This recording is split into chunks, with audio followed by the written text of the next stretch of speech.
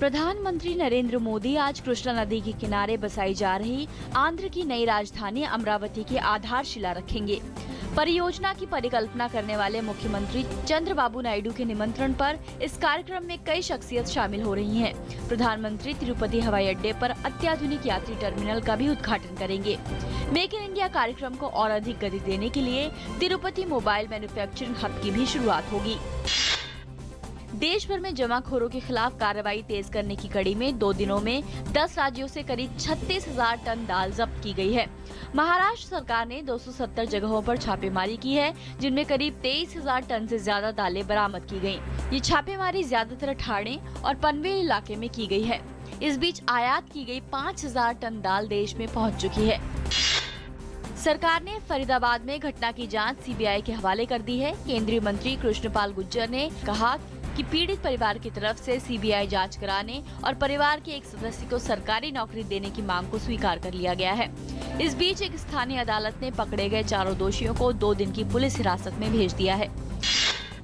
गृह मंत्री राजनाथ सिंह ने लोगों से अपील की है कि जाति, धर्म और संप्रदाय के आधार पर समाज में सहिष्णुता का भाव बनाए रखें। साथ ही उन्होंने कहा कि असहिष्णुता से जुड़ी खबरें चिंतित करने वाली हैं। दिल्ली में भारतीय पुलिस फाउंडेशन और भारतीय पुलिस संस्थान के उद्घाटन के मौके पर उन्होंने लोगों से पुलिस के बारे में अपनी धारणा बदलने की बात भी कही। उन्होंने कहा कि पुलिस के प्रति भय की बजाय विश्वास का भाव पैदा होना चाहिए। औद्योगिक श्रमिकों को सरकार ने दिवाली का तोहफा दिया है। प्रधानमंत्री नरेंद्र मोदी की अध्यक्षता में बोनस राशि 3,500 प्रति माह से बढ़ाकर 7,000 रुपए करने को मंजूरी मिल गई है। उच्च न्यायालयों में वाणिज्यिक डिवीजनों के निर्माण पर अध्यादेश और कारोबार में सरलता सुनिश्चित करने के लिए मध्यस्थता अधिनियम के संशोधन का रास्ता भी साफ हो गया है। केंद्रीय मंत्रिमंडल ने भारत और मिस्र के बीच समुद्री परिवहन पर हुए समझौते के तहत व्यापारी पोत परिवहन और समुद्री संबंधित मुद्दों पर सहयोग को मंजूरी दे दी है। भारत और मालदीव के बीच आपराधिक मामलों में पारस्परिक कानूनी सहायता संधि को भी मंजूरी मिल गई है। बिहार में तीसरे दौर के मतदान के लिए चुनाव प्रचार तेज हो गया है। भाजपा अध्यक्ष अमित शाह ने मनेर में रैली करते हुए कहा कि भाजपा पिछड़े वर्ग के आरक्षण को लेकर प्रतिबद्ध है। वहीं ड्रीम गर्ल हेमा मालिनी ने भी एनडीए के लिए प्रचार शुरू कर दिया है। लालू यादव और नीतीश कुमार ने भी राज्य में चुनावी रैलियां की हैं। सरकार ने विदेशी पोर्टफोलियो निवेशकों यानी एफपीआई के साथ बैठक में कराधान व्यवस्था को लेकर उनकी आशंकाओं के समाधान का वादा किया। आगामी बजट की तैयारियों के बीच हुई इस बैठक में city bank, Deutsche bank, Fidelity समेत 2 दर्जन एफपीआई के प्रतिनिधि शामिल हुए। आरबीआई, सेबी और सीबीडीटी के शीर्ष अधिकारियों ने भी बैठक में हिस्सा लिया। संयुक्त राष्ट्र संघ ने अंतर्राष्ट्रीय कारोबार को आसान बनाने में भारत की भूमिका की सराहना की है। 119 देशों के बीच कराए गए सर्वे में भारत दक्षिण एशिया में सबसे आगे है।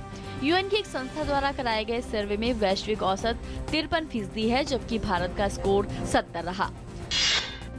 अमेरिका के उपराष्ट्रपति जो बाइडेन ने ऐलान किया है कि वे 2016 में होने वाले अमेरिकी राष्ट्रपति के चुनाव के लिए डेमोक्रेटिक पार्टी के उम्मीदवार की दौड़ में शामिल नहीं होंगे। 72 साल के जो बाइडेन ने कहा कि उनका ये फैसला उनके बेटे की कैंसर से हुई मौत की वजह से लिया गया है। स्लोवेनिया में गुस्साए शरणार्थियों ने राहत शिविरों के कुछ टेंटों को जला दिया है। खबरें हैं कि पंजीकरण की धीमी गति के चलते गुस्साए शरणार्थियों ने ब्रिशिट्जा कैंप के टेंटों को आग लगा दी। राहत शिविरों में खाना, पानी और कंबल की कमी के कारण भी शरणार्थी काफी नाराज हैं। इस बीच हंगरी ने क्रोएशिया से लगी सीमा बंद कर दी है। French open super series badminton tournament में भारत की शानदार शुरुआत हुई है। भारतीय सुपरस्टार साइना नेहवाल और पी कश्यप एकल में, वहीं ज्वाला अश्विनी की जोड़ी युगल में पहले दौर में जीत हासिल करने में सफल रही है। के श्रीकांत को हार का सामना करना पड़ा है, पर एचएस प्रणॉय ने बुधवार को फ्रेंच ओपन सुपर सीरीज में सबसे बड़ा उलटफेर करते हुए चीन के लिंडेन को हरा दिया है। भारत और दक्षिण अफ्रीका के बीच खेली जा रही वनडे सीरीज का चौथा मैच आज खेला जाएगा। अफ्रीकी टीम फिलहाल सीरीज में 2-1 से आगे है। चेन्नई के एमए चिदम्बरम स्टेडियम में होने वाले चौथे मैच में मिली जीत सीरीज को अफ्रीका की झोली में डाल देगी। ऐसे में भारत के लिए मुकाबला करो या मरो का है। चौथे वनडे की शुरुआत से पहले दक्षिण अफ्रीका को बड़ा झटका लगा है। सीरीज में शानदार फॉर्म में चल रहे ऑलराउंडर जेपी ट्यूमिनी हथेली में चोट के कारण बाकी 2 वनडे से बाहर हो गए हैं। उनकी जगह top order batsman gene Elkar को टीम में शामिल किया गया है।